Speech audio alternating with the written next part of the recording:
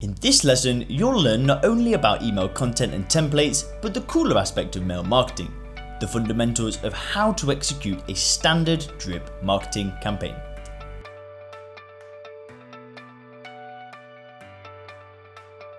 If you don't want to sign up to an email client, you've got two other options.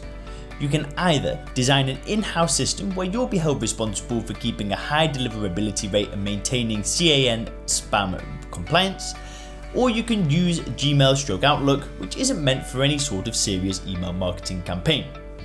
Now, there are too many email marketing tools to name, but the top three that we usually recommend are Chimp, GetDrip and Aweber. Now you want to choose one of these. So you've picked your mail marketing tool, and now you want to get building your branded templates. This can actually be a fun time for you, creating business stationery, watching the template come to life and look professional. Take some time and create a palette and brand-centric design for your marketing emails. It's okay if it's not perfect, just make sure that it clearly relates to your content on your homepage. Maybe it's an exact replica of the layout of your homepage, or maybe it's as simple as a well-placed logo. The decision is up to you. Once you've done that, you're going to want to set up a drip campaign.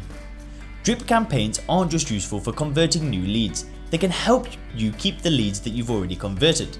This is called customer retention, and the goal of this marketing tactic is maintaining a close relationship with your clients by consistently providing useful content and products or service updates. A drip campaign is the process of sending a series of marketing emails to prospective clients with the intent of pushing them closer and closer to converting. Once someone agrees to give you their email address, you can set up an autoresponder that will then send them emails automatically.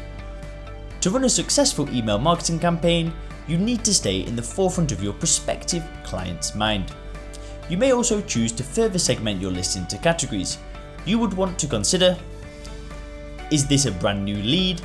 Have they already purchased your product or service? Are they signed up for your free service? Are they premium members? Are they male or female? Finally, you may also choose to split test your email. Now, by comparing the results of different emails, you'll get a better sense of the types of branding and trigger phrases that your customers will respond to. Don't get caught up trying to think of the perfect subject line for your emails. Simplicity works best and is better at avoiding spam filters. A/B testing will let you compare such email variables as the best day of the week to send an email, the best time of day, the best wording of your subject line, and the best sent from name.